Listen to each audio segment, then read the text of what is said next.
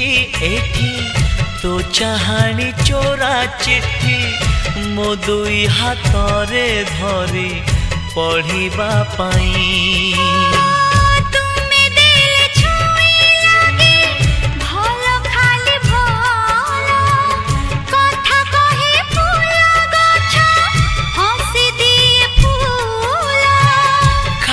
खाली लगे एठी सब तुम बिना तो आखी मो आईना।